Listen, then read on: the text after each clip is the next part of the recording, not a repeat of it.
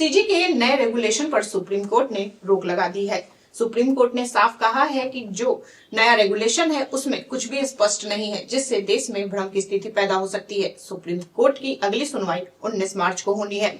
आपको बता दें कि देश के कई नेताओं ने इस पर अपनी प्रतिक्रियाएं भी दी हैं। इस वीडियो में आप उनकी प्रतिक्रियाएं सुन सकते हैं। यूजीसी के नए रेगुलेशन पर सुप्रीम कोर्ट की रोक ने देश की सियासत में हलचल मचा दी है। भारी विरोध और कानूनी चुनौतियों के बीच गुरुवार को कोर्ट ने सुनवाई के दौरान इस नियम पर अंतरिम रोक लगा दी है। सुप्रीम कोर्ट ने कहा है कि रेगुलेशन की भाषा स्पष्ट नहीं है और इससे भ्रम की स्थिति पैदा हो सकती है। अब इस मामले की अगली सुनवाई 19 मार्च को होनी है। यूजीसी के नए नियम पर छात्र संगठन, शिक्षक और राजनीतिक दलों ने पहले ही आपत्ति जताई थी। कोर्ट के फैसले के बाद राजनीतिक प्रतिक्रियाएं तेज हो गई हैं।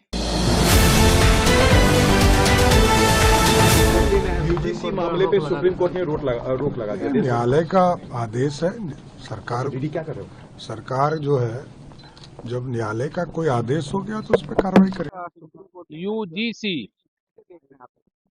देखना उसमें क्या है। देश की सर्वोच्च अदालत ने फैसला दिया, रामलला का भव्य मंदिर बन गया।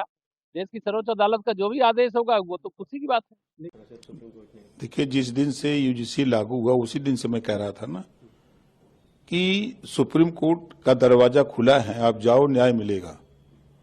उसी दिन से मैं कह रहा हूं, सरकार भी आपके पक्ष में है। सरकार ने भी ये कहा कि हम केंद्रीय शिक्षा मंत्री ने भी कहा कि हम कमेटी बना देते हैं। 15 दिन में जो रिपोर्ट आएगी, जो संशोधन करना होगा कर लिया जाएगा, जो रिपोर्ट कहेगी, जो संस्तुति आएगी।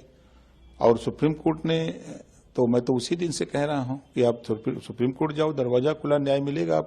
आपको अगर इस तरह का अंदेशा है तो आज वो सुप्रीम कोर्ट गए, सुप्रीम कोर्ट ने उनकी बात को माना, अब स्टे दिया है, अब आगे सुनवाई होगी। निश्चित तौर से मैं माननीय सर्वोच्च न्यायालय को धन्यवाद देना चाहूंगा कि जो समाज के अंदर भारतीय जनता पार्टी की सरकार आपसी भाईचारा खराब करने के लिए बंटवारे का काम कर रहे थे। पहले हिंदू मुसलमान को लड़ाना, फिर अपने परिवार के लोगों को अंदर करना, अगड़ा पिछड़ा करना, दलित करना, और पूरी तरीके से इन लोगों ने जो काम किया है, मुझे लगता है कि ये बहुत ही दुर्भाग्यपूर्ण रहा है। ये देश सबका है, सबके एक समानता है इस देश के अंदर, और कानून ऐसा बने जो सबको एक समानता के साथ में देखे, चाहे वो अगड़ी जात के हों, चाहे पिछड़ी जात के हों, चाहे दलित हों, चाहे मुस्लिम हों, सबके लिए एक समानता का कानून होना चाहिए। निश्चित तौर से माननीय सर्वोच्च न्यायालय को मैं धन्यवाद ज्ञापित करूंगा।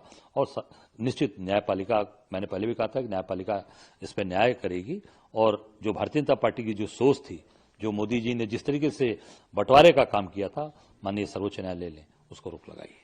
रोक अभी लगा है, क्या संशोधन होना चाहिए कि रोक से ही अभी? नहीं, निश्चित तौर से मैंने कहा ना, कानून ऐसा बने जिसमें सबको न्याय मिले, चाहे दलित हो, चाहे अगड़ी हो, चाहे पिछड़ी जात हो, चाहे मुस्लिम हो, सिख हो, ईसाई हो, बौद्ध हो, सबके लिए एक समान कानून होना चाहिए। क्योंकि देश में सबकी भागीदारी है, सबका सहयोग है, सबके भागीदारी से ही देश यहाँ पर